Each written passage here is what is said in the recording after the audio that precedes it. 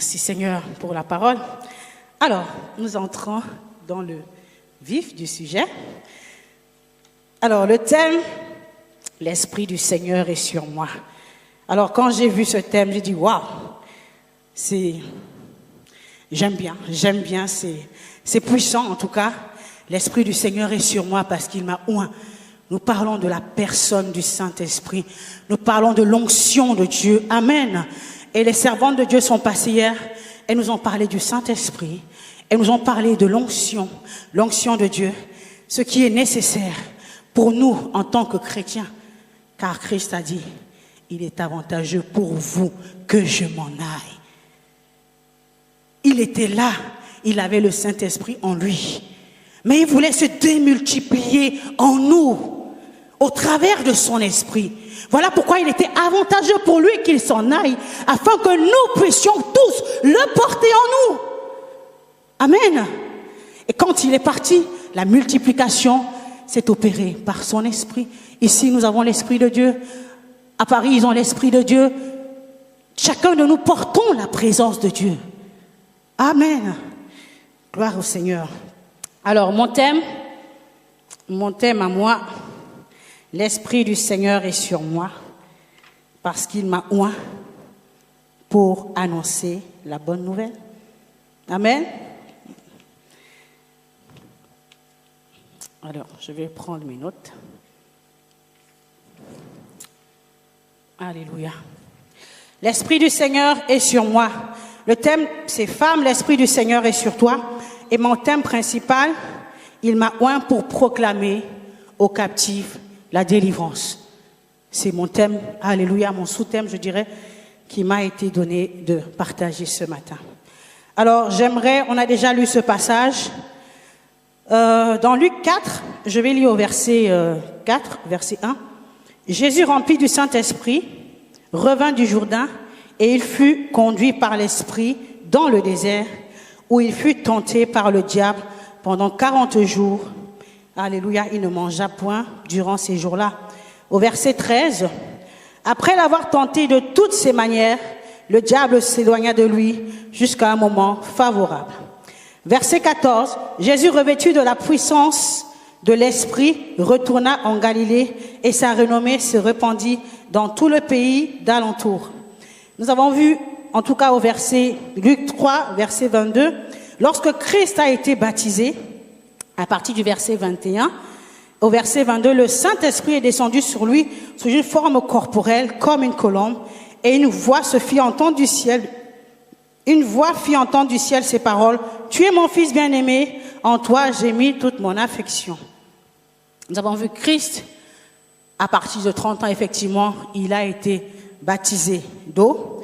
Et une fois qu'il a été baptisé d'eau, le Seigneur a attesté qu'il était son Fils. Par le signe, le Saint-Esprit est descendu sur lui sous une forme d'une colombe. Et après, la Bible nous dit au chapitre 4 que Christ qui était rempli du Saint-Esprit a été conduit dans le désert par le Saint-Esprit, où il a été tenté par le diable. Mais à ces différentes tentations, Christ n'a pas cédé à la tentation de l'ennemi. Et voilà que l'ennemi a décidé de se retirer de lui. Et au verset 14, la Bible nous dit maintenant que Jésus, revêtu de la puissance de l'Esprit, retourna en Galilée et sa renommée se répandit dans le pays d'alentour. Il a été baptisé. Il a été rempli du Saint-Esprit. Ensuite, il a été revêtu de la puissance d'en haut. Amen. Nous, quand nous sommes baptisés, ça dit que c'est le signe que nous acceptons de devenir enfants de Dieu, de renoncer à notre nature pécheresse. C'est le signe visible d'être baptisé. Je renonce à ma nature pécheresse pour accepter la nature divine.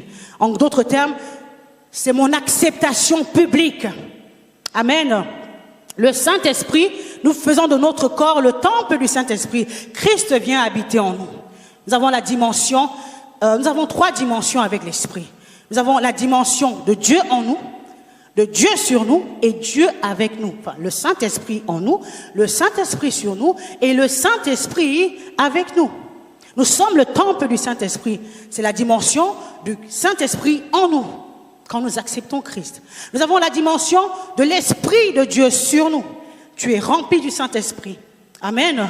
Et l'Esprit de Dieu sur toi, il te donne les capacités de pouvoir surmonter des tentations. Il te donne la capacité de prendre la bonne décision, que tu sois conduit par l'Esprit de Dieu et non pas par ta chair. Parce que tu as l'Esprit de Dieu sur toi qui te conduit, qui te dirige. L'Esprit de Dieu nous conduit dans la vérité. Celui qui est enfant de Dieu est conduit par l'Esprit de Dieu. Ça, c'est la dimension de l'Esprit de Dieu sur nous. Lorsque tu verses de l'eau dans un verre, le verre, il se remplit. À un moment donné, il déborde. Et le verre est tout imbibé de cette eau. La Bible dit que Christ, après ces 40 jours dans le désert, il était revêtu de la puissance du Saint-Esprit. On a parlé du revêtement hier, on a parlé de l'onction. Le revêtement, c'est-à-dire que c'est une autre dimension encore avec laquelle nous opérons avec Dieu. C'est le Saint-Esprit qui travaille avec nous maintenant. L'onction, tu es revêtu, tu es imbibé, tu es enrobé de la puissance d'en haut. Tu es à une autre dimension avec Dieu. À quelle dimension es-tu ce matin avec Dieu, bien-aimé? Est-ce que tu as la simple dimension, j'ai accepté Christ, je suis son temple? Tu as la dimension où je suis rempli par l'Esprit de Dieu, alléluia, où tu as encore travaillé pour être revêtu de la puissance d'en haut. Le Seigneur nous attend à une certaine dimension, alléluia, et il a mis en nous la capacité pour y arriver. La Bible dit que je puis tout par Christ qui me fortifie. Dieu nous attend à une certaine dimension. Femme consacrée de l'Éternel. Consacrée qui veut dire mise à part pour Dieu, pour un service bien précis. Alléluia. Donc ça, c'est l'histoire de Jésus. Alors, nous avons vu ces trois dimensions, le revêtement. L'Esprit de Dieu, donc, est sur moi. Christ dit, l'Esprit du Seigneur est sur moi, parce qu'il m'a oint pour annoncer une bonne nouvelle aux pauvres. Il m'a envoyé pour guérir ceux qui ont le cœur brisé, pour proclamer aux captifs la délivrance et aux aveugles le recouvrement de la vue. Alors, je peux dire ceci. L'Esprit du Seigneur est sur moi, parce qu'il m'a oint pour annoncer la bonne nouvelle aux pauvres, ok? Il m'a envoyé. Nous voyons la dimension de l'onction. Il m'a oint. Ensuite, il m'a envoyé pour proclamer aux captifs la délivrance et aux aveugles le recouvrement de la vue. Le Seigneur m'a oint, il m'a envoyé pour proclamer. Ok? Donc nous voyons la dimension donc de l'onction. Maintenant, quand on parle de envoyer, on voit une mission. Quand on envoie une personne, c'est une mission. Le Seigneur t'envoie en mission. Mais pourquoi le Seigneur t'envoie en mission? Avant d'arriver à l'histoire de l'envoyer en mission, la Bible nous dit, on va revenir depuis le commencement. Yes, le commencement. Avant, en tout cas, je vais prendre à partir du moment où Adam et Ève, ils ont péché, lorsque la chute est arrivée. La Bible dit que le monde entier est sous la domination du malin. En d'autres termes, ils ont donné le pouvoir, l'autorité, la domination que Dieu leur avait donnée à Satan. Et donc, ils ont laissé le monde entier être sous la domination du malin. Donc, le monde entier était tout noir, sous la domination du malin. Ok? Et Ésaïe 60, à partir du verset 2, nous dit ceci. Voici, les ténèbres recouvrent la terre et l'obscurité les peuples. Mais sur toi, l'Éternel se lève. Sur toi, sa gloire apparaît. Pourquoi le Seigneur m'a oint pour aller libérer les captifs? C'est qui les captifs? C'est qui les captifs? Les captifs, c'est ceux-là qui sont sous la domination du malin. Les ténèbres recouvrent la terre. C'est Satan qui est en action. Et l'obscurité, les peuples. Alors l'obscurité, c'est le reflet des ténèbres dans la vie des peuples. L'obscurité, c'est l'action de l'ennemi dans la vie des peuples. Le sketch tout à l'heure nous a bien représenté l'obscurité dans la vie des peuples, la distraction dans la vie des enfants, la zizanie entre frères et sœurs. Ça, c'est les actions de l'ennemi. J'aime bien dire que nous sommes dans un terrain de football. Il y a deux camps. Le royaume de Dieu et le royaume de Satan. Le royaume de Satan et le royaume de Dieu. À droite pour moi, c'est la force. Alléluia. Il y a le royaume de Satan et le royaume de Dieu. Et Satan est là avec ses acolytes, avec ses démons, avec tous ses agents pour détruire, nuire la vie des gens, pour emprisonner les gens, pour limiter les vies des gens, que tu ne puisses pas avancer, pour libérer des paroles de condamnation. Toi, tu n'iras pas de l'avant. Toi, tu ne pourras rien faire. Tu as des blessures du passé. C'est l'obscurité dans la vie des peuples. Ça te limite. Il y a des limitations physiques. Il y a des gens qui sont limités physiquement. Parce que comme cette femme qui était courbée pendant plus de 18 ans dans le temple, c'était une limitation physique mais qui était spirituelle. Parce que c'est les démons qui l'avaient courbée. Elle était limitée, donc sa vision aussi était limitée. Ses actions aussi étaient limitées. Il y a cette limitation physique dans ta chair. Tu es malade. Tu ne sais quoi faire. Et c'est l'ennemi qui est derrière toutes ces choses. Alléluia. Maintenant, nous allons voir qu'il y a aussi des limitations qui sont mentales. Il y a des limitations physiques, il y a des limitations mentales. Mentales dans ta pensée. Tu as un raisonnement qui est limité. Il y a un raisonnement qui est limité. Moi, je ne peux pas gagner plus d'un certain montant. Pourquoi tu te limites? Je ne peux pas gagner plus je ne peux pas aller loin. Je ne peux pas avancer. Je ne peux pas dépasser cette limite. Qui t'a dit que tu ne peux pas dépasser cette limite? La Bible dit, je puis tout par Christ qui me fortifie. Tu as besoin d'être, la Bible dit, soyez transformés par le renouvellement de votre intelligence. C'est le renouvellement de notre intelligence au travers de la parole de Dieu qui va nous transformer. J'accepte Christ, je deviens une nouvelle créature, mais mon intelligence a besoin d'être transformée par la parole de Dieu. Les pensées que nous avons acquis de nos ancêtres, les pensées que nous avons acquis de l'environnement par lequel nous étions, qui ne sont pas des pensées selon Dieu, doivent être transformées par le renouvellement de notre intelligence. Toute chose doit passer au scanner spirituel de la parole de Dieu. Il y a des limitations que nous-mêmes, nous sommes mises à cause de ce que nous avons entendu. Nos parents nous disent. Nos parents, il y a des gens qui disent que « Ah, moi je ne vais jamais avoir assez d'argent. Moi je ne vais jamais faire ceci, je ne vais jamais faire cela. » Pourquoi se limiter? Qu'est-ce que la parole de Dieu dit par rapport à ta situation? Qu'est-ce que la Bible dit par rapport à notre situation? Alléluia. Nous devons être transformés.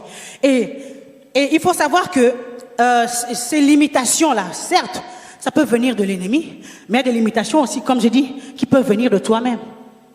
Il y a des limitations aussi, des liens.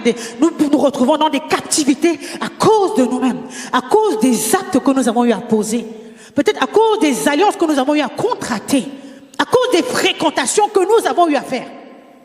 Tu as peut-être associé ton corps avec une personne qui était chargée de démons.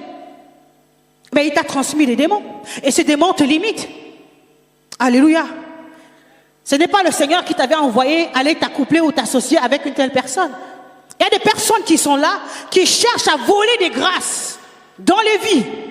Et quand on est enfant de Dieu, on doit être conduit par l'Esprit de Dieu, conduit par la parole de Dieu, obéir à la parole de Dieu. À cause de notre désobéissance parfois, nous nous retrouvons limités et captifs de la puissance de l'ennemi. Alléluia.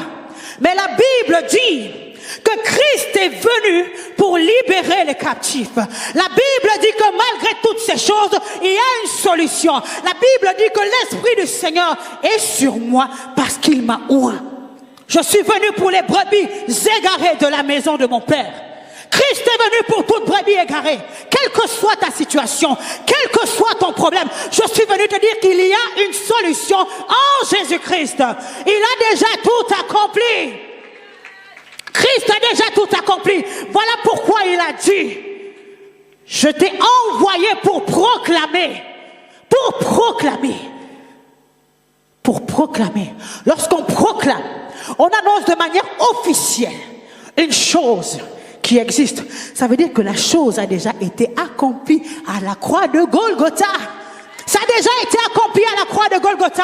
Ce n'est pas toi qui vas l'accomplir, mais c'est Christ qui va l'accomplir au travers de toi, au travers de l'instrument que tu es. Mais pour que Christ se serve de toi, il y a un prix à payer. Il y a un prix à payer, bien-aimé. Les choses ne se feront pas parce que je vais dire l'Esprit du Seigneur est sur moi. Non, non, non, ça suffit pas. À quelle dimension tu es avec le Saint-Esprit? À quel niveau tu es avec Dieu? Alors j'ai fait mon schéma. J'imagine un terrain de football. Il y a la puissance des ténèbres qui agit. Il y a la puissance de Dieu qui est là.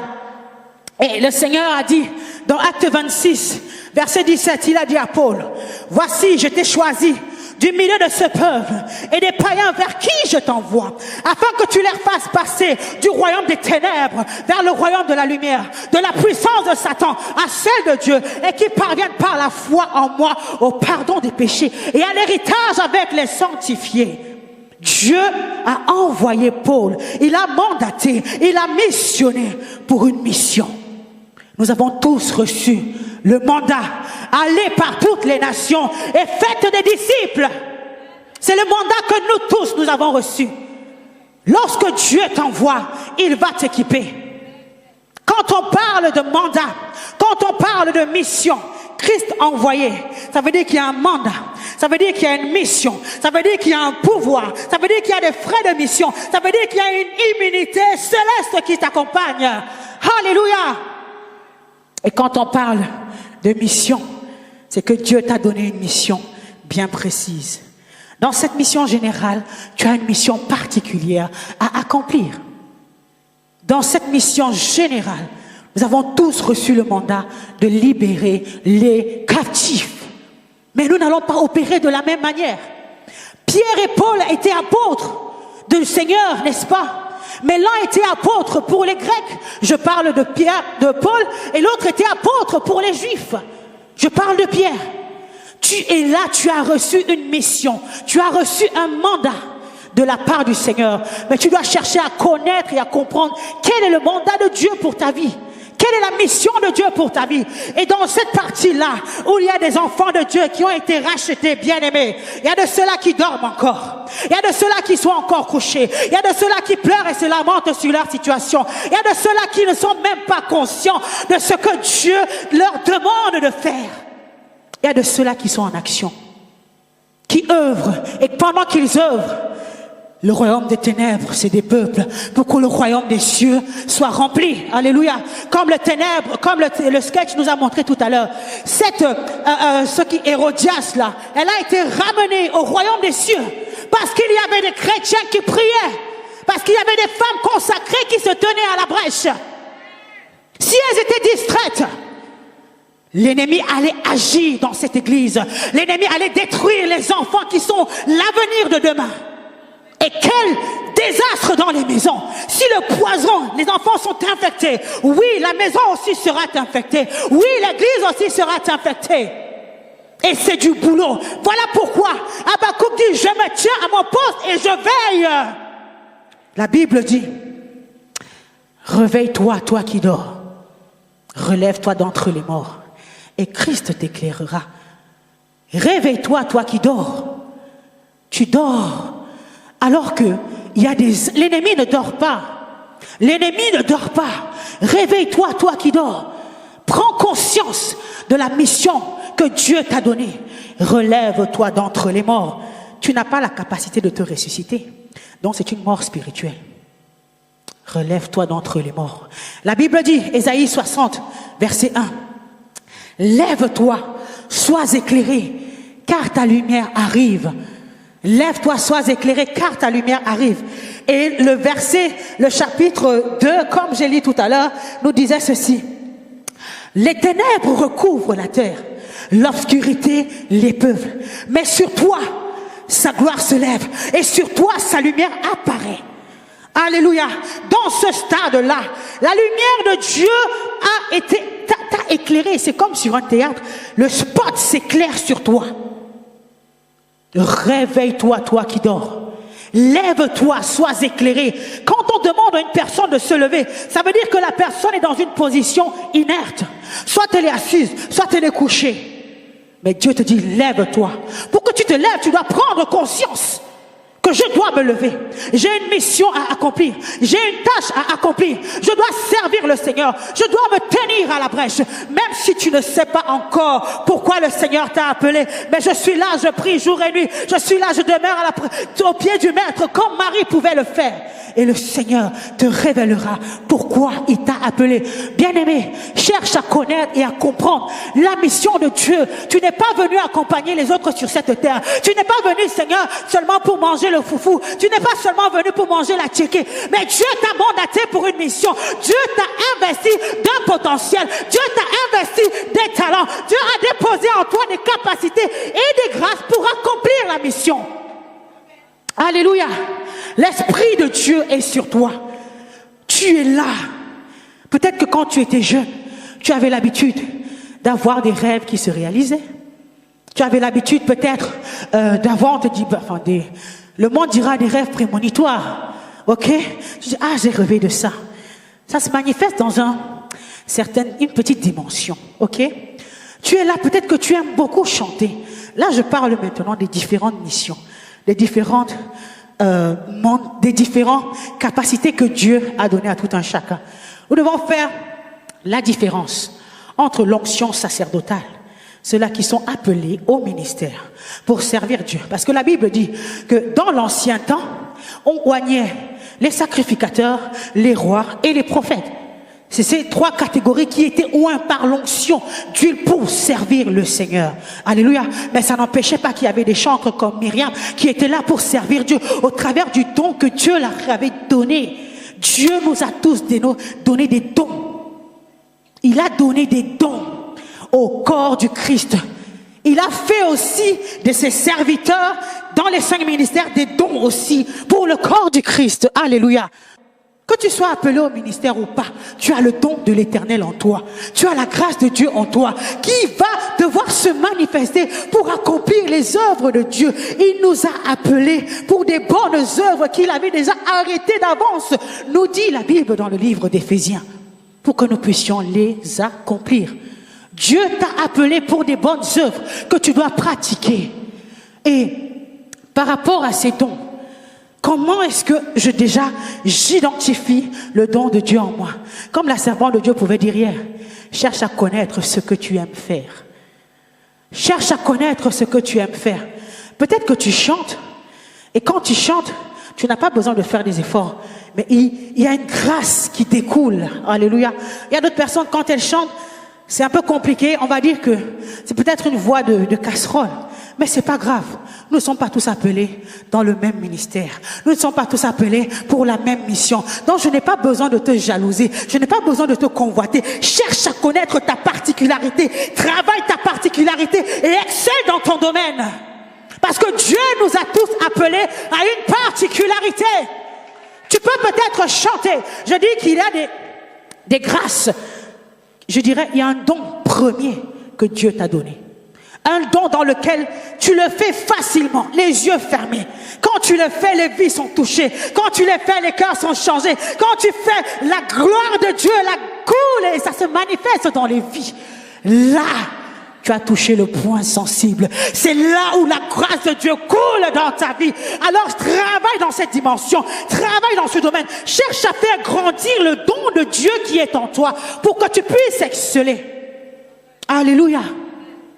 Maintenant, il y a peut-être d'autres dons.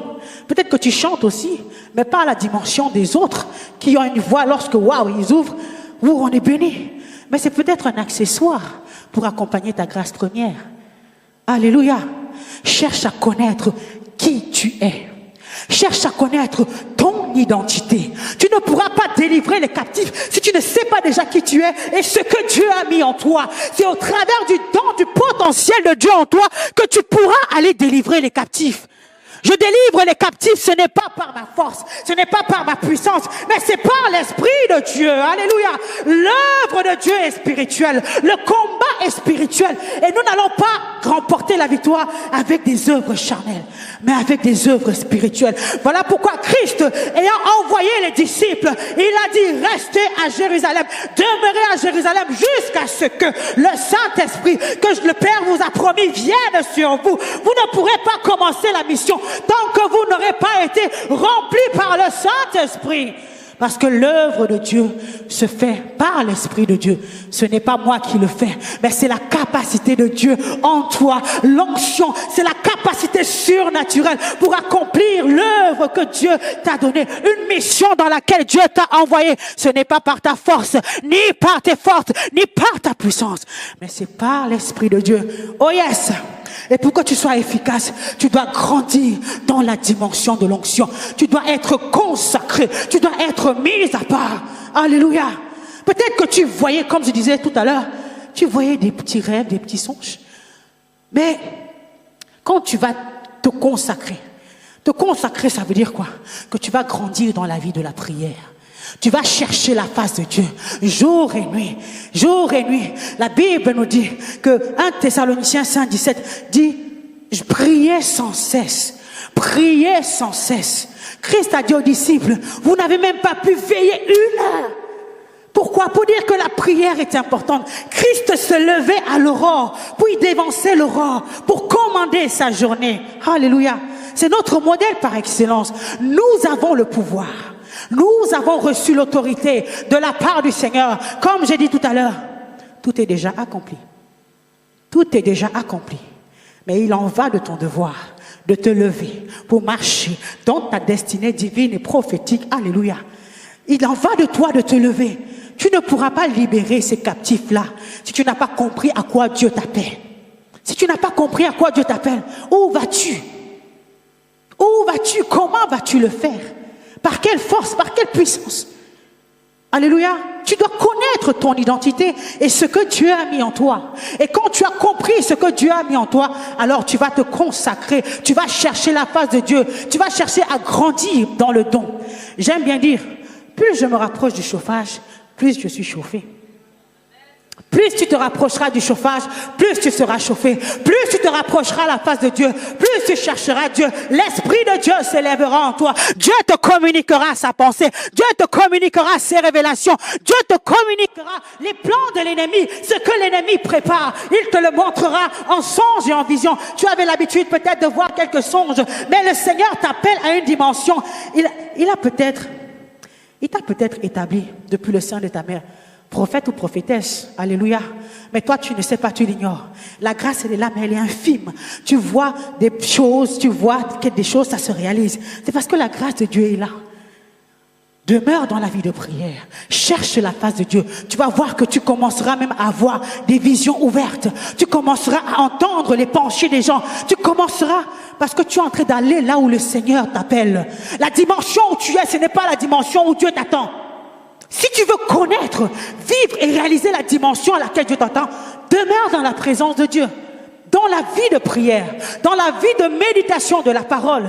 La Bible dit, dans Josué 1, verset 8 ou 9, Josué 1, 8 je crois, médite ce livre de la loi. Médite le jour et nuit, qu'il ne s'éloigne point de ta bouche. Ainsi tu auras du succès dans toutes tes entreprises. Comme j'ordonne que tu prospères à tous égards, comme prospère l'état de ton âme. Dieu veut que tu prospères dans tous tes domaines, dans toutes tes dimensions. Mais tu dois méditer la parole de Dieu. Tu dois connaître la parole de Dieu. Qu'est-ce que la parole de Dieu dit par rapport à cette situation? Ainsi, lorsque tu feras face à des forces des ténèbres, ainsi, lorsque tu feras face à des personnes qui sont captives, tu te lèveras, tu proclameras la parole de Dieu parce que tu as le pouvoir dans ta langue. Tu as le pouvoir que Dieu t'a donné. Alléluia. Pour libérer les captifs, tu as besoin de comprendre la parole de Dieu. Vous connaîtrez la vérité et la vérité vous affranchira. Tu affranchiras ton frère au travers de la vérité de la parole de Dieu. Tu affranchiras ta sœur au travers de la vérité de la parole de Dieu. Ce n'est pas par ta force, mais il faut la connaître. Et il faut être rempli du Saint-Esprit. Alléluia. La Bible dit, Pierre, son ombre pouvait guérir les malades. Son ombre pouvait guérir les malades. Il est arrivé à une certaine dimension avec Dieu parce qu'il s'est consacré. Tout dépendra de ton niveau de consécration. Quel est ton niveau de consécration? À quel point tu veux voir Dieu agir dans ta vie? À quel niveau tu veux que les choses changent? Bien-aimé, Dieu nous appelle quelque part. Dieu nous emmène quelque part. Et quand tu sers le Seigneur, tu es dans la joie. Comme quelqu'un pouvait dire, tu es comme un poisson dans l'eau. Parce que c'est là où Dieu t'appelle. C'est là où Dieu te veut. Ça peut être dans le monde des affaires. Ça peut être dans le monde des affaires. Tu as le chic pour flairer les bonnes affaires. Tu sais que si j'investis dans cette affaire, ça va marcher, ça va donner. Et dans ta vie de prière, dans ta vie de consécration, Dieu te donnera des directives. Dieu te dira non, ne signe pas cette affaire. Dieu te dira vas-y, je suis avec toi. Et quand tu vas remporter cette affaire, au travers de l'argent que tu vas gagner, tu viendras contribuer pour l'avancement de l'œuvre de Dieu et ça pourra permettre à l'évangélisation, ça pourra œuvrer dans le ministère. Là, tu aussi contribues à la libération des captifs. Au travers de ton intercession, Dieu t'a appelé à l'intercession. Alléluia. Parfois tu veux dormir, mais le Seigneur te dit lève-toi, prie. Parce qu'il a mis une grâce particulière que lorsque tu te lèves, lorsque tu pries, lorsque tu déclares, le monde des ténèbres est en mouvement, le monde des ténèbres est perturbé. Il a besoin de toi. Que tu sois disposé. Dieu veut des femmes disposées. Dieu veut des femmes consacrées, des femmes disposées pour dire Seigneur, me voici, envoie-moi. Peu importe le prix que ça coûtera, peu importe le temps que ça prendra, mais Seigneur, je sais que ta volonté est la meilleure. Je ne veux pas être de ceux-là qui ont salué leurs promesses de loin et qui sont partis. La Bible dit que certains ont salué leurs promesses de loin. Ils sont morts sans rentrer dans leur destinée divine et prophétique. À quoi ça sert de servir le Seigneur si nous ne rentrons pas dans la destinée de Dieu? Nous marchons vers quoi? Celui qui est conduit par l'Esprit de Dieu va dans la direction où le Saint-Esprit le conduit. Et le Saint-Esprit te conduit dans ta destinée. Mais quand il te conduit, tu as besoin d'entendre sa voix. Pour entendre sa voix, tu as besoin de développer une intimité avec lui. Alléluia. Quand tu vas développer cette intimité avec lui, dans l'intimité avec le Saint-Esprit, il y a une communication qui se fait. Il y a une impactation qui se fait. Quand tu es en intimité avec ton époux, il y a une communication, il y a un transfert qui se fait. De la même manière, quand tu es en intimité avec Dieu, avec le Saint-Esprit, le Seigneur dépose en toi un dépôt pour accomplir ce pourquoi il t'a envoyé. Alléluia. L'onction de Dieu est là, mais il faut qu'elle grandisse. L'onction de Dieu est là, il faut qu'elle se développe. Alléluia. Nous devons grandir dans l'onction. Vivre de consécration. Pas se mélanger. Pas se souiller. Parce que lorsque tu te saoules, lorsque tu vis dans le péché, c'est comme un trou. L'onction est dans un vase. Il y a un trou, c'est percé. Cette onction commence à s'effriter, à couler, à couler, à couler. Peut-être que tu vois encore certaines choses, peut-être que tu opères encore dans certaines dimensions, mais l'onction est en train de s'écouler. La Bible dit que Dieu ne se répand ni de ses dons, ni de son appel. Ce n'est pas parce que tu prophétises toujours, ou que tu guéris toujours les malades, que tu es en accord avec Dieu. Toi-même, tu connais ta vie. Et Dieu veut une vie de sanctification. Dieu veut des femmes consacrées à l'Éternel. Alléluia. Parce que en vous, il a déposé une mission. Et la Bible dit qu'il nous demandera des comptes. Qu'as-tu fait que des dons que je t'ai donnés? Ne dis pas que c'est pour toi. Ce n'est pas pour toi. Qu'as-tu fait des dons que je t'ai donnés? Qu'as-tu fait des talents que je t'ai donnés? Veux-tu que le seul talent que tu avais soit retranché? Veux-tu cela? En tout cas, pas pour moi, je ne veux pas. Mais ce n'est pas facile. On va dire que c'est difficile. Mais je puis tout par Christ qui me fortifie. Je puis tout par Christ qui me fortifie. Christ a appris l'obéissance par les choses qu'il a souffertes. Nous dit la Bible. La souffrance ne doit pas te faire reculer. La souffrance ne doit pas te faire t'abattre sur ton sort. Seigneur, j'ai mal, mais je me relève. Seigneur, j'ai mal, mais je sais que tu es fidèle. Je sais que tu es souverain, que tu es assis sur ton trône. Moi, je persévère. Si je fais face à des situations difficiles dans ma vie, ce n'est pas ça qui va me pousser à perdre la foi. Ce n'est pas ça qui va me pousser à rétrograder. Ce n'est pas ça qui va me pousser à ne pas venir me tenir devant le peuple de Dieu pour prêcher l'évangile. Je dis que Dieu est souverain. Il est souverain, il sait pourquoi il a permis. Mais une chose est sûre et que je sais, si je vis, il y a de l'espoir. Si je vis, il y a de l'espoir. Si je vis, si dans le passé, ça n'a pas marché, la Bible dit que la gloire de la seconde maison sera plus grande que celle de la première maison. La gloire de la seconde maison sera plus grande que celle de la première maison. On a parlé hier ça c'est un petit témoignage, des situations. La servante de Dieu nous a donné son témoignage, les différentes situations par lesquelles elle est passée, les différents combats, les différentes attaques, et notamment sur le point de la maternité. Et on disait hier que vraiment, la maternité des servantes de Dieu, souvent, est très combattue. On passe souvent par des temps de stérilité. Alléluia. Mais parce que le Seigneur veut faire de nous des témoignages, pour que nous puissions fortifier toutes ces femmes qui viendront auprès de nous en retour, pour dire que moi aussi je suis passé par là, mais aujourd'hui, voilà ce que Dieu a fait. Le robinet est ouvert, il ne veut plus se fermer. Alléluia. Moi, je me suis mariée donc avec le pasteur Alain. Nous avons 3 enfants. Alléluia. Et donc, dans nos années, en tout cas pendant 2 ans, on a cherché à concevoir. Il n'y avait pas d'enfants. On a fait tous les examens. Il n'y avait pas de problème particulier. Mais bon, il n'y avait pas d'enfants, quoi. Alléluia. Et bon, c'était des combats. Alors, à la première, quand je suis tombée enceinte, à la première grossesse, on a parlé hier de garder la bénédiction. J'ai fait ce rêve-là. J'étais allée me prendre ma douche et j'ai vu, en fait, le placenta sortir et tout était lavé dedans, quoi. Tout vidé. Mais tellement que j'avais même pas les pensées à ce niveau-là. Je n'ai même pas pensé qu'il y avait quelque chose au niveau de la grossesse. Bien évidemment, si le ventre était toujours là et continuait à pousser, bon, ok. Et quand je suis allée à l'hôpital, donc pour l'examen où on doit voir si le cœur du bébé il bat, arrivé à l'hôpital, on dit non, la grossesse elle est arrêtée depuis, ça fait plus d'un mois et demi que la grossesse est arrêtée dans mon ventre. Ok? Bon, j'étais en 11 semaines d'aménorrhée à ce moment-là, mais la grossesse était arrêtée depuis 4 semaines.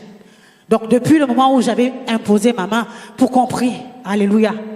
Et donc on a perdu cette grossesse. Après avoir attendu longtemps, tu as été visité. Et suite à la visitation, tu perds cette bénédiction. Tu dis, est-ce que tu vas dire que Dieu m'a abandonné? Qu'est-ce que tu vas dire? Tu souffres, mais tu te relèves. Dieu est sur son trône. S'il a pu le donner hier, il pourra le donner aujourd'hui. Il est le même Dieu. Ce n'est pas ça qui va me faire retourner en arrière. Ce n'est pas ça qui va me faire fléchir. Et on avait reçu une parole d'un homme de Dieu qui disait que j'allais tomber enceinte entre septembre et novembre. D'ailleurs, cette parole c'est un peu particulier. Comment quelqu'un pourra tomber enceinte entre septembre et novembre? Seigneur, donne seulement la date, le mois tranquillement. Sachant que la précédente grossesse, donc, j'étais tombée enceinte au mois de juillet. Et donc, au mois de septembre, donc, 11 semaines après, il y a eu cette évacuation, ok? Donc, du coup, j'ai pas eu de retour de couche. Donc, je suis tombée enceinte entre septembre et novembre, comme la prophétie avait été annoncée. Je ne pourrais pas dire exactement quelle date parce que je n'ai pas eu de retour de couche. Ok? Et donc la prophétie s'est réalisée. Le Seigneur a accompli. Et j'ai mis au monde cette petite Princia qui est là aujourd'hui. Mais ce n'est pas tout. Je suis encore tombée enceinte. Plus tard, là, ce cas-là, c'était, on va dire, du bonbon, quoi. Mais j'ai encore connu des situations. Je suis retombée enceinte. Et dans cette grossesse, à 3 semaines, je parle de celle-là, quand je suis partie à l'hôpital pour l'échographie du premier trimestre. Alors, déjà le matin avant d'y aller, j'ai vu un peu des gouttes de sang. Donc, arrivé à l'hôpital, on me dit que la grossesse est arrêtée. Ok, d'accord, mais là, c'était un peu plus avancé. C'était quand même au premier trimestre, à 3 mois de grossesse. Alors, je rentre à la maison et je vais travailler. À cette époque, nous étions au Mans. Et quand je vais au travail, À un moment donné, j'ai senti, ploup, je vous épargne les détails, mais, et en fait, c'était l'évacuation. Heureusement que je n'étais pas loin de la maison, en tout cas, les villes en province sont très rapprochées. Je suis rentrée à la maison en voiture, mais j'étais en train de perdre le bébé. Et qu'est-ce qui s'est passé? J'ai fait une hémorragie. Une hémorragie. Alors, l'hémorragie, donc à chaque fois que j'étais dans la salle de bain, ça partait, mais le sang coulait au point où je me vidais de mon sang, en fait. Je me vidais de mon sang, à un moment donné, j'ai perdu l'équilibre et je suis tombée. Et là, on a appelé les pompiers qui m'ont amené à l'hôpital. Arrivé à l'hôpital, donc, je tombe dans les vapes, le médecin me demande, donc, j'étais plus là, en fait, parce que j'étais complètement vidée de mon sang. Et j'ai été hospitalisée, 2 jours, je crois. Ensuite, on m'a donné un traitement de fer. Je vous dis, j'avais perdu beaucoup de sang. J'étais à 10 de tension. Je me levais, je suis tombée un matin dans la chambre de l'hôpital. Et je n'ai même pas pu appeler les infirmières. Ils sont juste venus me trouver comme ça par terre. Tellement j'étais affaiblie. C'est l'ennemi qui en voulait à ma vie. Quand tu veux donner naissance, l'ennemi en veut aussi à ta vie. Mais notre Dieu que nous servons, il est souverain, il est sur son trône. Alors, cette grossesse, elle est partie. Mais j'ai failli y passer. Alors, comme on avait déjà un garçon, mon mari, il a dit, on a déjà une fille, on a un garçon. On fait quoi, non? On arrête. OK? J'ai dit, en tout cas, ce n'est pas l'ennemi qui va arrêter le plan de Dieu dans ma vie. Ce n'est pas l'ennemi qui doit décider dans ma vie parce qu'il fait des projets. J'ai dit, un échec dans ton parcours ne veut pas dire que tu as perdu la bataille. C'est Dieu qui règne. Alléluia. J'ai dit, on n'arrête pas. Et voilà ce qui s'est passé. Je suis retombée enceinte. Mais le Seigneur m'a montré effectivement que j'étais enceinte d'une fille. Et je savais que cette grossesse-là, c'était celle d'une fille. Et bien sûr, je préparais ma layette, etc. En tout cas, ça, c'est le domaine de la foi encore. Et quand je suis arrivée à l'hôpital, effectivement, c'était une fille. Et j'ai mis cette fille. Mais je vous dis, quand je suis tombée enceinte, tout de suite, le Seigneur m'a mis à cœur. Va sceller cette grossesse au travers d'une offrande. Va sceller cette grossesse au travers d'une offrande. Je suis allée directement à l'église pour sceller cette grossesse ce jour-là. Et quand je suis rentrée à l'église, là on était retourné en région parisienne, on n'avait pas encore commencé les activités. J'ai fait de Dieu mon allié dans cette grossesse parce que je savais que mes grossesses elles étaient combattues. J'ai dit je fais de Dieu mon allié. Et croyez-moi, vous savez, quand il y avait la première guerre mondiale, il y avait des alliés. La France était alliée avec l'Angleterre contre l'Allemagne. Pour que tu puisses atteindre une force, il faut que tu fasses tomber l'autre force. Mais quand toi tu fais alliance avec Dieu, que tu t'allies avec Dieu dans un projet, pour que l'ennemi te fasse tomber, il faut qu'il fasse tomber Dieu. Or, nul ne pourra faire tomber Dieu. Bien-aimés, apprenons à traiter alliance avec Dieu. Apprenons à faire des signes, des alliances avec le Seigneur. Ce n'est pas l'ennemi qui va empêcher le plan de Dieu dans ta vie. Ce n'est pas l'ennemi qui va empêcher la destinée de Dieu de se manifester dans ta vie. Parce qu'il a dit qu'il va te faire tomber. La Bible dit, ils vous feront la guerre, mais ils ne vous vaincront point. Ils vous feront la guerre, ils vous vaincront point. Quels que soient les vents, quels que soient les marées, alléluia. Le Seigneur est bon, le Seigneur est fidèle. Je suis venu vous encourager ce matin pour dire, bien-aimés, prenons conscience de la mission à laquelle Dieu nous a appelés. Quand tu prends conscience, tu te mettras à la brèche pour chercher la face de Dieu. Quand tu chercheras la face de Dieu dans le jeûne, dans la prière, dans la méditation de la parole de Dieu, le Seigneur va t'éclairer, le Seigneur va t'équiper et il t'a déjà envoyé. Au moment opportun, il te fera voir comme il a fait voir Moïse. Alléluia. Que le Seigneur vous bénisse. Amen, amen, amen.